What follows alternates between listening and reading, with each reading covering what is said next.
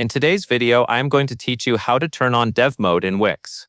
To begin, sign into your Wix account and go to your main dashboard where all of your website projects are listed. From there, find the website you want to work on and open it by clicking Edit Site.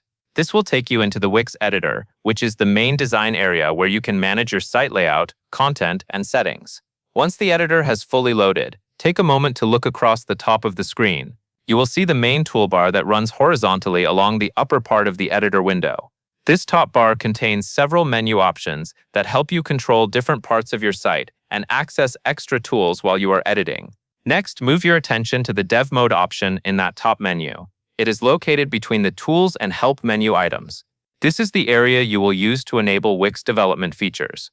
Dev Mode is useful when you want access to coding tools and more advanced customization options inside the editor.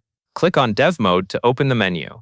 After you do that, a panel or drop-down will appear with the available options. In that list, look for the button labeled Turn on Dev Mode. In some cases, you may instead see Start Coding.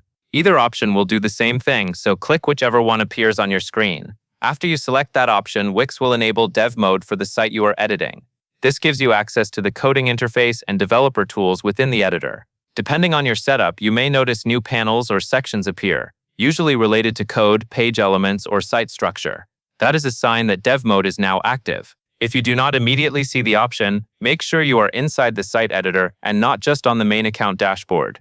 The Dev Mode control only appears from within the editing interface, so being in the correct workspace is important. That is the full process. Sign in, open the correct site with Edit Site, go to the top toolbar, click Dev Mode, and then choose Turn on Dev Mode or Start Coding. Once that is done, you are ready to use Wix developer features. That covers everything you need to know.